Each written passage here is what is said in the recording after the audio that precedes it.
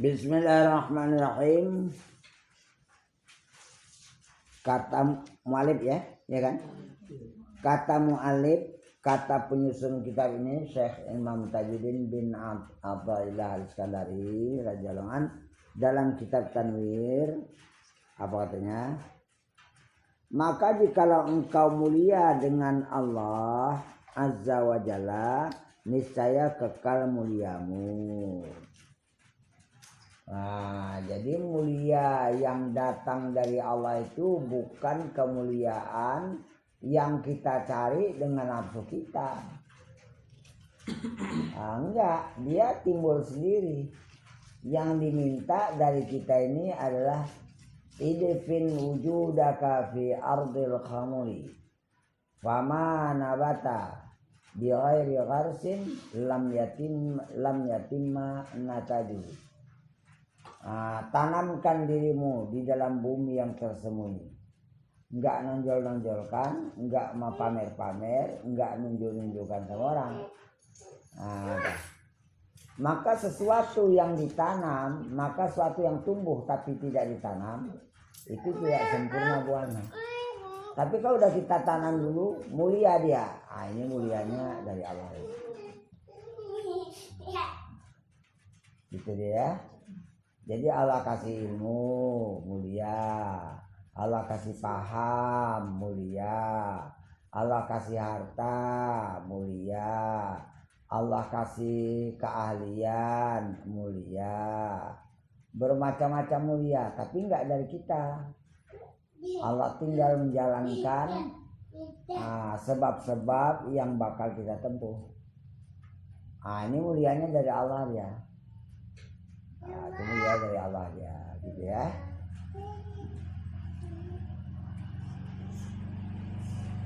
Dan jika engkau mulia dengan lainnya selain Allah yang kita cari, ada gharad. Tujuannya supaya aku gini, supaya aku gini, supaya aku gini, kan gitu. Itu kan gharad namanya. Itu selain Allah, maka tiadalah kekal bagi muliamu. Itu muliamu nanti habis dia. Sifatnya sementara. Karena tiada kekal bagi engkau dengan dia mulia. Karena yang kita cari itu bukan Allah. Nah ini yang paling payah.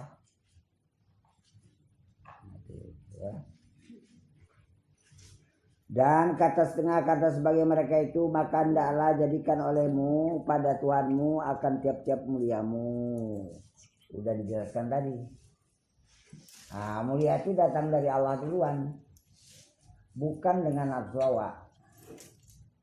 Kita belajar, aku belajar ini Allah semata-mata karena menurut perintahmu. Tuliskan hatiku. Kemudian pelajari sungguh-sungguh.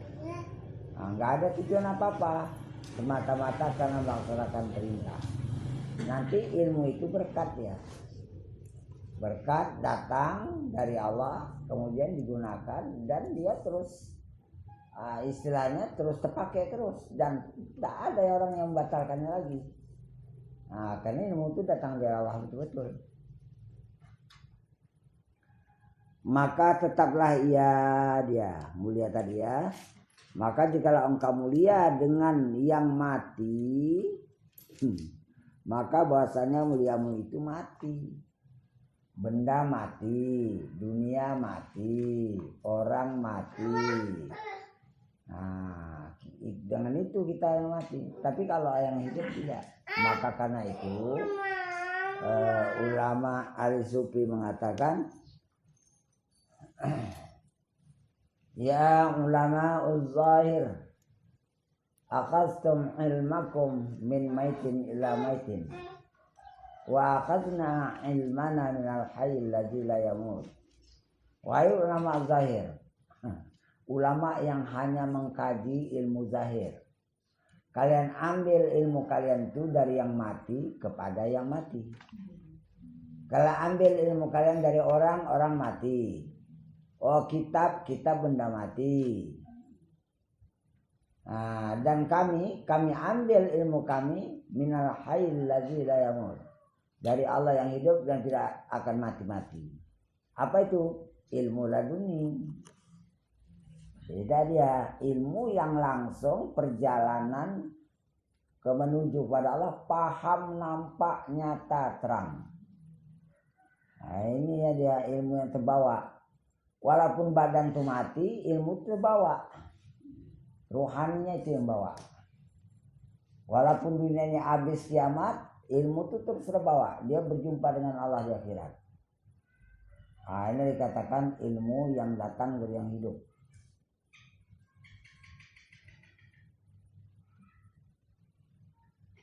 Dan telah masuk seorang atas sebagian orang yang arif, padahalnya dalam keadaan ia menangis. Orang tadi. Maka katanya, apa kerjamu? Istilahnya kata orang yang tadi, bertanya, kok kau nangis? Apa menyebabkan kau nangis nih? Maka kata seorang yang menangis itu, mati syekhku. Ya, dan meninggal dunia guruku. Gitu dia, sedih dia. Maka kata orang yang arif itu kepadanya, apa engkau jadikan syekhmu orang yang mati? Ya dia memang mati, orang yang mati. Apa jadi kau jadikan? Maksudnya ya.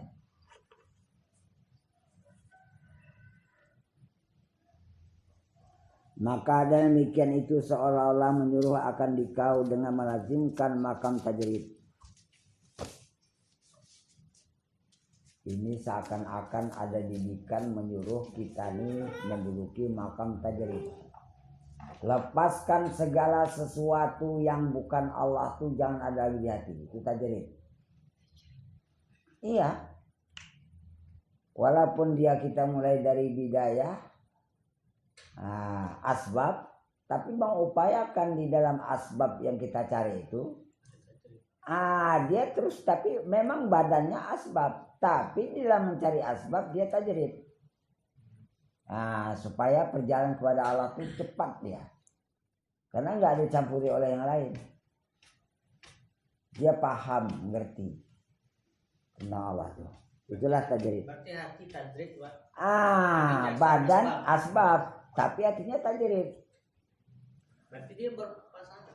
Terpisah. Sebenarnya asbab itu cuma derajat aja. Tajrid itu sebenarnya pemakaian dari awal. Jangan ada yang lain. Mau belajar jangan ada yang lain. Cari dunia, kerja memang kewajiban cari dunia. Orang wajib dunia ulah. Tapi cari Allahnya itu yang nolong nyawa kerja dunia, tajrid. Bukan mencari kesenangan, kemewahan, supaya aku dapat ini jadi ini, bukan itu. Aku Allahnya itu yang mencari. Walaupun nampaknya bentuknya dia dunia, tapi tajridnya artinya kepada Allah. Lama-lama jadi tajridnya. Jadi tajrid asal mufradnya jaridatun. Jaridatun itu artinya pelepah kurma yang dibuang daunnya. Tajrid artinya menjadikan sesuatu tuh yang samping-samping yang bukan tulang itu buang semua. Macam kita ngambil daun kelapa, kan ada pelepah tuh. Jadi pelepahnya itu kalau kita buang itu semua, itu tajrid. Segala yang kotor-kotor, yang apanya lidi-lidinya jangan ada lagi. Gitu tajrid. Maksudnya tujuan kita yang utama ini. Selain daripada ini kanan kiri itu buang, nggak usah lagi ada. Tajrid namanya. Ada udah saya kasih makalahnya. Ada tajrid asbab. Baca. Cuman kalau yang itu bahasanya tajrid itu sendiri. Iya. Yang menjelaskan ini kan. Iya. Itu dari awal dari akhir nggak ada. Iya, itu terus. betul.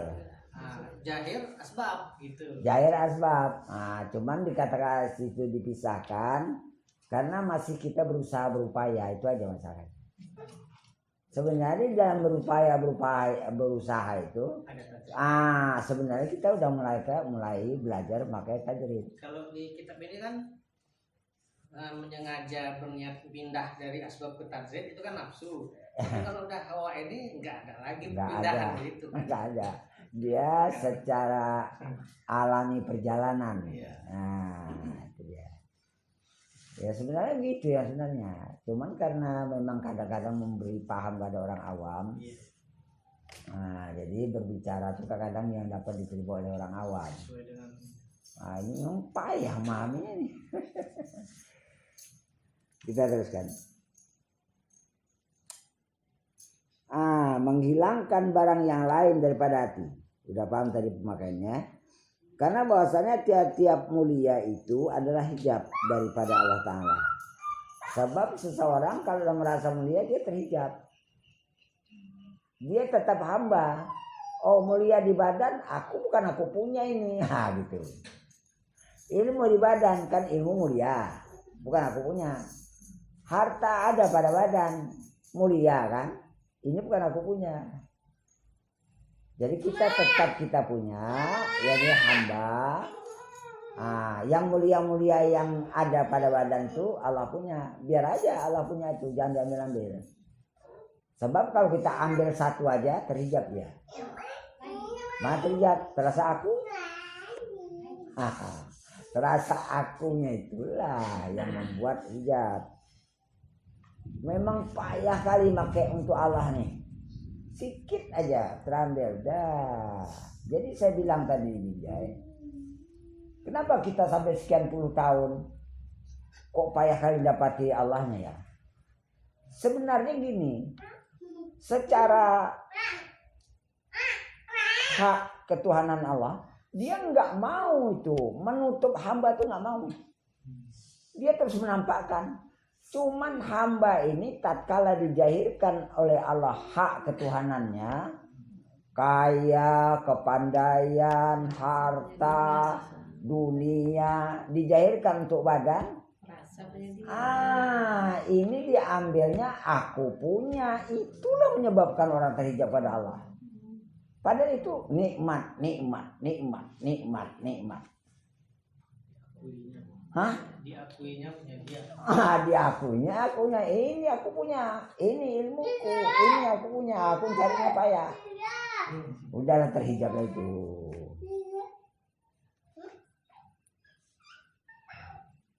Itulah diupayakan sampai ke mati. Sehingga Allah berfirman kepada Musa, "Hai Musa, jangan hiraukan dunia ini walau apapun yang terjadi." Nah coba mana makainya tuh. Kalau nggak orang-orang betul-betul tajrid nggak bisa pakai. Kalau orang awam, cuma lagi orang awam di dunia kok. Mereka. Maksudnya apa terjadi? Biar aja Allah buat. Mau kaya jadi pemimpin jadi ini biar aja. Kehendaknya pula sekarang jadi pemimpin Pak. Itu tadi ngambil hak Allah punya, mulia Allah punya itu diambil.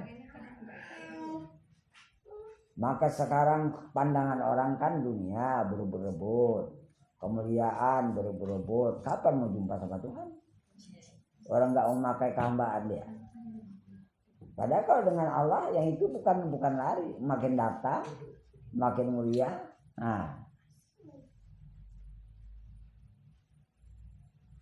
Kita contohkan aja lah, meninggal Rasul, wafat, diadakan pemilihan kaum Ansar, kaum Muhajirin, mengangkatlah. Inilah yang paling pantas tuh diangkat jadi pemimpin, tunjuk orang tua Abu Bakar. Kenapa? Karena isyarat waktu Nabi hidup, waktu sakit Nabi disuruh Abu Bakar jadi imam salat subuh. Jadi orang tuh memahami, ini penggantinya Abu Bakar nih. Sudah meninggal. Kata Abu Bakar, tidak, ini dipegangnya tangan Umar. Ini yang pantas. Nah, dulu spontan, nggak mau cari-cari. Itulah ya. Kita teruskan lagi ini. Makan tajir, yaitu menghilangkan barang yang lain daripada hati. Selain yang dari Allah jangan ada lagi di hati. Itulah tajrid. Biar semata-mata Allah. Nah, itu maka saya katakan jaridah itu semata-mata pelepah kurma, jangan ada daun-daunnya, jangan ada lidi-lidinya lagi dibersihkan. Karena bahwasanya tiap-tiap mulai itu hijab daripada Allah Ta'ala. Dan adalah kesudahannya akhirnya adalah fana. Ini dia. Perjalanan itu nggak ada lagi kita, itulah dia. Berarti Allah punya semua. Nggak ada kuasaku, nggak ada kemuliaanku, nggak ada pendeknya, nggak ada. Fana habis, akhir semua. Kok ada badan? Itu Allah punya. Kok ada hartamu? Allah punya. Kok ada ilmumu? Allah punya. Aku statusku tetap status badan benda mati saripati tanah. Apa yang ada sama dia? Gak ada. Itu datang belakangan gini-gini. Itu Allah punya. Macam mana aku berusaha? Jangan ini ku ambil. Dia datang sendiri. Itu maka saya katakan tadi. Kenapa orang sampai sekian puluh tahun untuk terhijab? Allah punya diambil. Karena Allah punya diambil itu kan bersekutu dia. Itu maka batin orang itu terhijab. Coba statuskan. Status Allah meliputi sekalian alam. Kesempurnaannya, kemuliaannya, kekuasaannya, semuanya, ya kan? Badan kita alam yang dijadikan cuman saripati tanah. Enggak ada apa-apa. Kudat enggak ada, iradat enggak ada. Ilmu gak ada, hayat itu kan ada roh, keluar roh habis itu.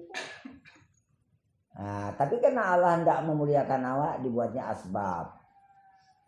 Belajar lawa, sekolah lawa, ngaji lawa. Kalau harta, rajin lawa bekerja, berusaha, terbukalah jalan. Nah, itu asbab. Jadi panah ujungnya. Dan tiap-tiap hina itu adalah di dalamnya menyampaikan kepada Allah Ta'ala. Tengok. Minum, ya kan? Oh. Maka tiap-tiap hina itu adalah di dalamnya menyampaikan kepada Allah Ta'ala. Kalau kita merasa nggak ada apa-apa, hina di sini maksudnya nggak ada aku kemuliaan sedikit pun. Itulah batin awak sampai kepada Allah. Itu maksudnya gitu. Nah, kalau ada merasa lebih sedikit aja, terhijab awak, macetlah hati awak tadi. Dan adalah kesudah-sudahannya itu mana?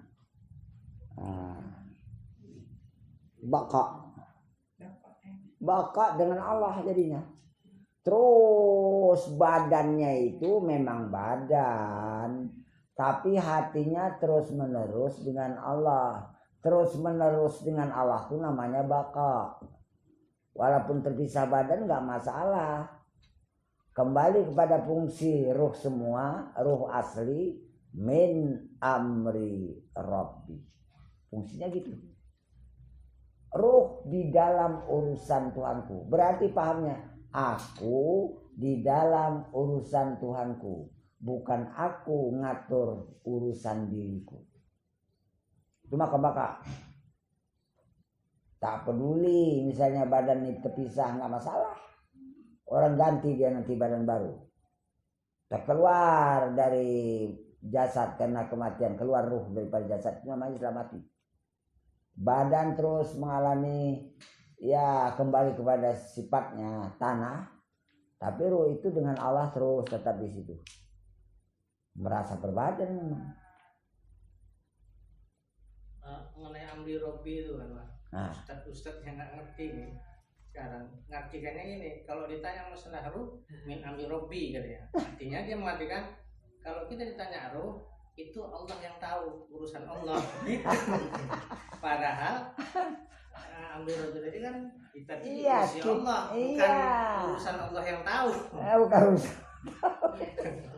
Gitulah kalau Ustadz sekarang mengerti kan. Karena wa ma utitum illa qalila kan Makanya kalau aku nggak boleh tanya urusan Allah. Hanya sedikit Allah beritahu. Iya, yang sedikit itu kan berarti ada ilmunya.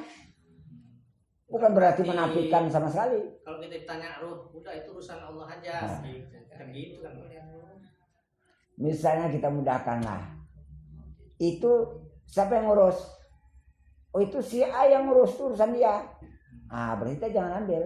Jadi segala sesuatu yang diurusnya itu dia yang ngurus. Bukan yang hanya tahu. Bukannya aku nggak tahu lah itu urusannya. Bukan gitu. Kita nampak urusan kita ada roh itu, tengok. Roh itu dia kan tunduk menerima hak ketuhanan. Kalau enggak ada khitab. Alastu birabbikum, cukup dengan khitab itu aja. Tidak. Bukan hanya sekedar di roh, aku ini kan Tuhanmu. Bukan itu. Tatkala dikatakan aku itu Tuhanmu, hak ketuhanan itu diterima langsung oleh ruh. Itu nggak lupa-lupa lagi. Kemanapun ruh ini berada, dia tetap berhadapan dengan kudrat Allah, iradat Allah. Artinya terus berada dalam kudrat, terus berada dalam iradat, terus berada dalam ilmu Allah. Kalau ruh ini masuk ke badan, hak ketuhanan tadi jahir di badan. Jadi orang kenal status roh, dia menerima rahasia ketuhanan. Alastu birabbikum itu bukan hanya sekedar bertanya. Kata-kata bala wa syahidna, iya kami saksikan, itu menyaksikan hak ketuhanan itu ada pada roh. Sedangkan roh itu tidak terpisah dengan Tuhan. Nah, coba pikirkan betul. Sedangkan roh itu tidak terpisah dengan badan kita. Malah kalau dikaji tauhid lagi, kudrat iradat Allah meliputi pada sekalian alam, meliputi pada roh, meliputi pada jasad. Bukan arti terpisah. Cuman ada jasad ini merasa diurus Tuhan, min amri rabbi. Ada jasad ini diurus oleh nafsunya, tak ada Tuhannya lagi. Itulah membedakan orang bertuhan atau tidak bertuhan. Syirik atau tauhid. Itu dia, syirik atau tauhid. Kalau enggak ada beda nanti. Apakah syirik ya? Orang ada garisnya. Orang ada yang harus dijalani. Sedangkan itu dalam hati semua. Coba memahaminya itu. Kalau enggak tahu jalannya betul-betul. Pengalaman batin ini amrun zauqiyun. Urusan perkara rasa yang dialami oleh rohani masing-masing. Sedang bertuhan atau sedang tidak bertuhan. Sana dia jadinya nanti. Enggak bisa. Kita buktinya aja. Sholat kita rencana berharap pada Tuhan. Boleh jadi waktu sholat itu tak bertuhan. Bisa jadi. Kisahnya menyembah. Sedangkan yang diminta di dalam sholat, aqimis sholata li zikri, udah jelas sekali. Jangan ingat yang lain lagi ya waktu sholat itu sama aku. Belum lagi bahasanya, bahasa dari kita, wajah tu wajhiya. Coba bagaimana pahamnya itu? Aku hadapkan wajahku, diriku, hatiku, jiwaku. Lillazi fataras samawati wal arda, kepada Allah yang menciptakan tujuh lapis bumi. Apakah hanya sekedar ucapan atau memang kenyataan berhadap? Disitulah letaknya nanti sholat orang munafik dan orang-orang yang sidik. Munafik, arti munafik itu kata Imam Ghazali, ia ini ucapkan itu nggak cocok dengan hatinya. Itu faulul musallin, kena ada semua. Kalau enggak terpisah nanti. Sedang bukan asal sholat masuk neraka, tidak. Dia tengok kemana waktu sholat dia.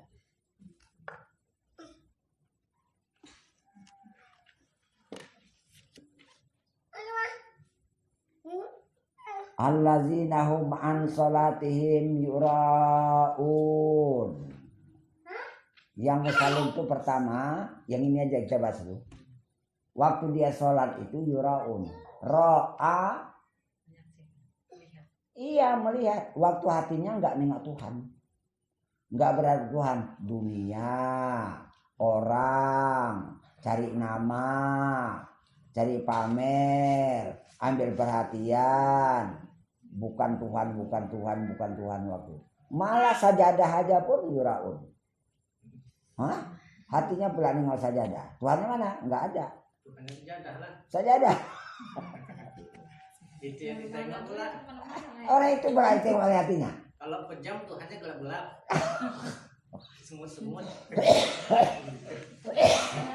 Kemana-mana pikiran tuh kemana lah. Itu udah ngayal. Ini nggak ngayal dia, cuma matanya pejam. Ya itu juga Tuhannya gelap-gelap.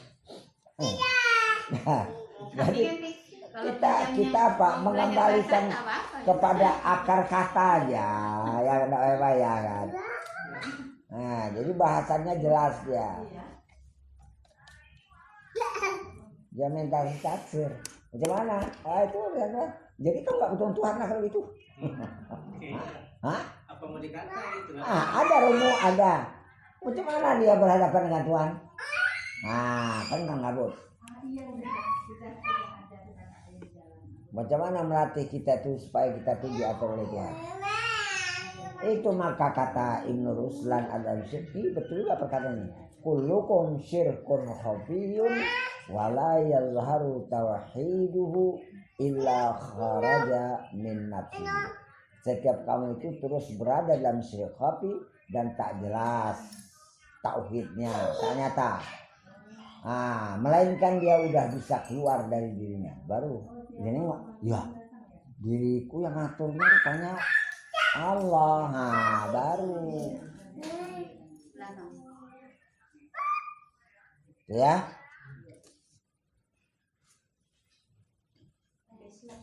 Sebenarnya nggak banyak bahasannya, tinggal menempatkan aja sebenarnya supaya kita paham kedudukan itu kita paham.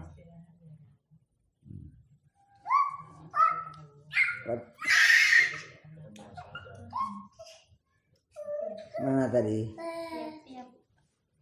Kata hati-hati. Dan makam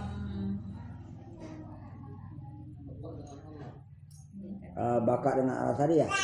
Oh, udah enak ya. 5 baris adalah dalam menyampaikan kepada Allah dan ada kesudahannya itu yaitu bakar dengan Allah Ta'ala itu maka merdeka. Apa maksud maka merdeka?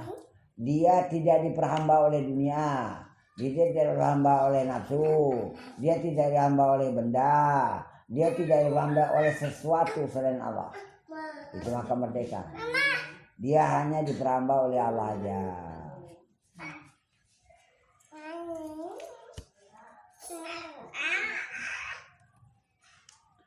Dan maka merdeka itu tiada sempurna ia melainkan dengan tajrid. Betul. Takkan bisa kau merdeka dengan sungguhnya kalau enggak kau dengan Allah semata-mata. Kalau masih ada sesuatu di hatimu, kau tetap menjadi hamba selain Allah. Kau enggak merdeka, masih diikat. Maka lepas. Maka maaf cakap, orang-orang wali itu enggak mikirkan rezekinya. Enggak pikirnya. Udah yang dibuat oleh Allah nih, itulah dia urusan dia sama aku. Gak banyak hayalan. Cuman karena kita sebelumnya belum paham, seakan-akan asbabnya kan kita. Tapi sebenarnya yang itu sebenarnya diminta dan asbabnya ada tajrid. Nah sebenarnya, tapi kita belum ada ilmu ke sana. Memang secara hukum alamnya sampai sama Allah pun bahasa pepatah man jadda wajada. Siapa sungguh mendapat. Kalau kepada Allah manjahada fi, siapa bersungguh-sungguh pada kami, maksud jalan Allah tuh cari betul-betul. Lanah diannahum. Nah, dua taukid, dua situ penguat kata. Pertama lam sumpah, lam kasam. Sungguh. Nah diannahum, kami benar-benar menunjuki. Tanwin pada iya pada nun itu tanwin sakilah, menunjukkan taukid kata. Sungguhnya dulu syaratnya. Kenapa? Ini hukum alam. Hukum alam itu macam dikerjakan dulu baru ada. Kalau nggak berlaku, nanti Allah tidak akan merubah nasib satu kaum. Itu hukum alam. Lapar, masak. Udah masak, makan. Berubah nasib lapar menjadi kenyang. Hukum alam. Tadi pun nggak dapat Allahnya, sungguhi dapat. Nggak ada ilmu, belajar dapat. Itu hukum alam. Jadi hukum alam tetap hukum alam, tapi di situ berlaku sunatullah yang tidak berubah, tidak berubah oleh Allah. Walan tajidali sunnatillahi tabdila. Dan tidak kau pernah jumpai sunnah Allah itu terganti, nggak pernah. Aku nggak makan, kau bisa jadi kenyang, nggak akan ada. Aku nggak mandi, kau basah, tak ada. Hujan lah. Ya kena hujan pun air juga namanya kena juga. Nggak ada yang kena api basah. Nggak ada. Sunnah kebakar. Kalau tersentuh api terbakar, itu hukum alam. Itu udah tadi mau dibilangkan. Ganjar. Jadi begitu, itu sunatullah yang tidak akan terganti.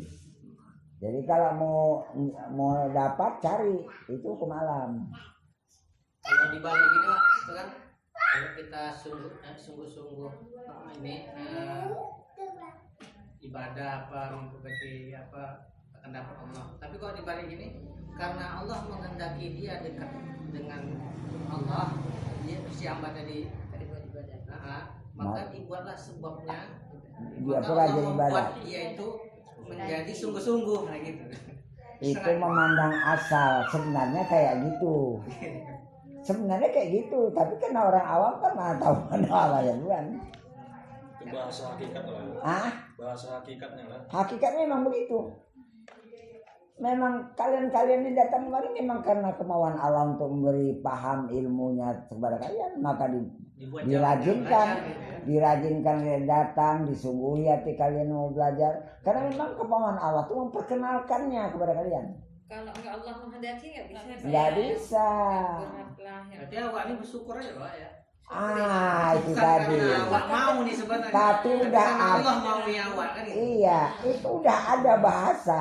Alhamdulillahi ala kulli halin. Udah ada bahasanya. Segala puji bagi Allah. Berarti syukur kan? Atas setiap hal. Hal itu udah umum apa aja. Wa fi kulli halin, dan di dalam setiap hal. Ala kulli halin dan wa fi dan dalam setiap hal. Wa nikmatin. Dan nikmat. Alhamdulillah. Jadi kalau kita memandang daripada Allahnya awal, itu hakikat syukur yang sebenarnya. Berarti sampai kita kepada hakikat yang dikehendaki yang syukur, itu memandang yang memberi daripada apa yang diberi. Jadi kalau bersyukur betul-betul, tengok Allahnya duluan. Jangan ini bilang, ini karena aku rajin kerja, aku nikmati, alhamdulillah, itu dari awal.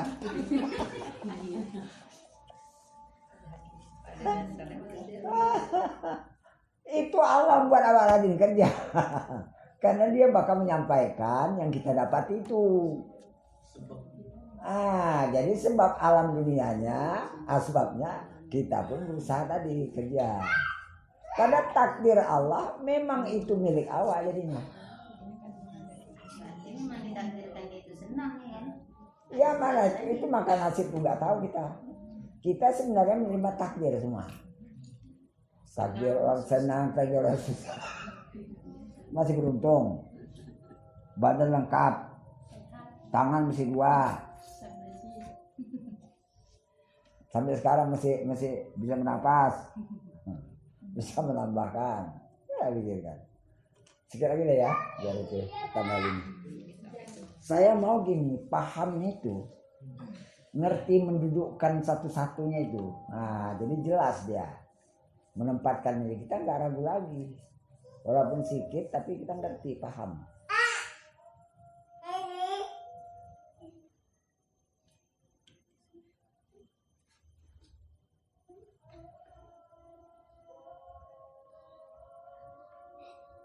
Tidak mulai melainkan dengan tajrid dan tahqiq pada dan tahqiq pada tauhid, dapat mensebenar-benarkan mendudukkan cuman Allah satu-satunya.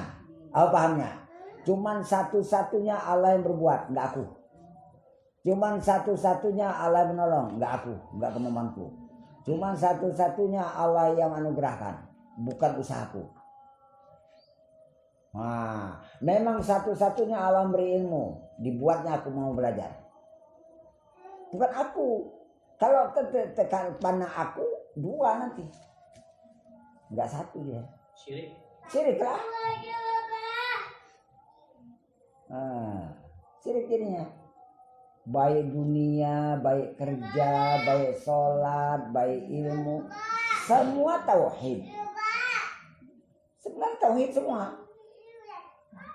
Cuman kita aja pandangan kadang nyangkut-nyangkut. Nyangkut di aku, nyangkut di orang. Nyangkut di kerja, kan? Nah, inilah pelan-pelan. Jangan nyangkut. Cuman 1 aja yang berbuat. Arti tauhid itu apa? Cuman 1, tidak ada 2-nya lagi. Walaupun badan kita yang bekerja, iya betul. Tapi yang membuat aku bekerja cuman 1, Allah. Dapat hasil.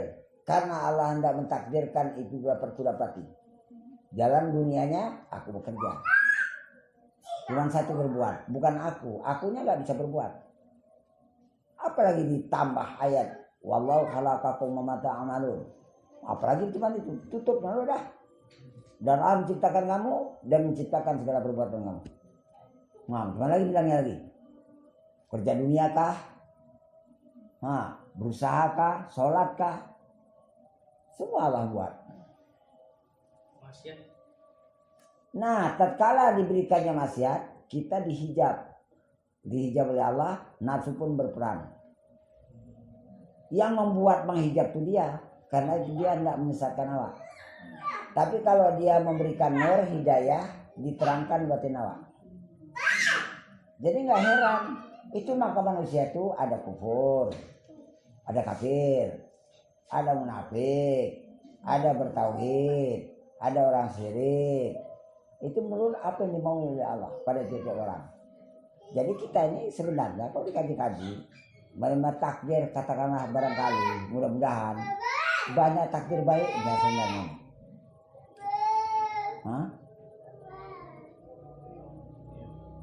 Jadi Pak, kalau kita malas belajar ini, itu artinya sebenarnya Allah duluan menghendaki kita dalam kenaan, kan? Betul, kita keenaan malas, keenaan main-main, keenaan nggak mau. Memang kita nggak dikasih ilmu. Alhasil kita kegelapan nanti akhirat. Kenapa? Bakal nerima buta di akhirat. Itu di akhirat di padang mahsyar kita dibutakan mata kita hukumannya.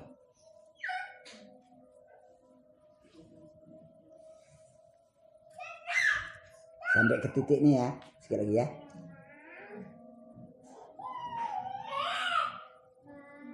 Nah tadi, cuman tauhid. Nah, karena bahwasanya barang siapa beroleh kemuliaan dengan hal hati atau beroleh kemuliaan dengan makam yang dicapai, maka adalah mulianya itu fana, habis. Karena bahwasanya segala hal hati dan makam tingkatan derajat yang dicapai itu adalah fana, tiada baka baginya. Dan barang yang ada mulianya itu dengan Allah maka adalah baginya makam yang kekal, tiada fana. Karena bahwasanya tergulung daripadanya segala hal fana itu. Artinya tergulung, terbungkus, terlipat, terkemas. Itu mana tergulung. Tak nampak lagi sebab langsung aja dibuat begitu. Yaitu barang yang lain daripada hak ta'ala. Tak ada lagi. Dan jadilah ia daripada ahlul baqa. Mana akunya? Tergulung habis. Mana rasa ibadatku? Habis tergulung, gak ada lagi. Cuman ada Allah sama aku. Kemudian daripada fana, sesudah daripada fana, memandang segala hisyah dan adam segala martabat makhlukiyah. Nah, ini sebelum baqa, dulunya kita fana dulu. Udah gitu, waktu kita belum sampai kepada Allah, terpandang segala hisyah, bendawi. Hissi itu, hisun itu yang dapat dirasa. Ya hisu merasa. Oh ini. Hah? Tidak langsung depan mata kepala.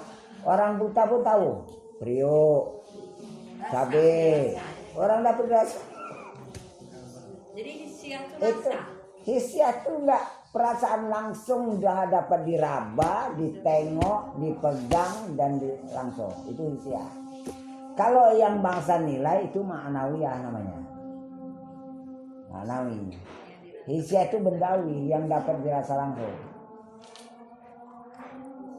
Dulu sebelum sampai kepada Allah kita hanya sangkut di hisiah.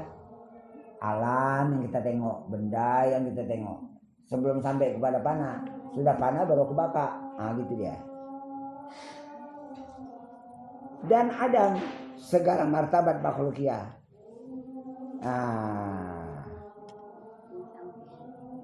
Jadi segala makhluk ini sebenarnya nggak ada martabatnya.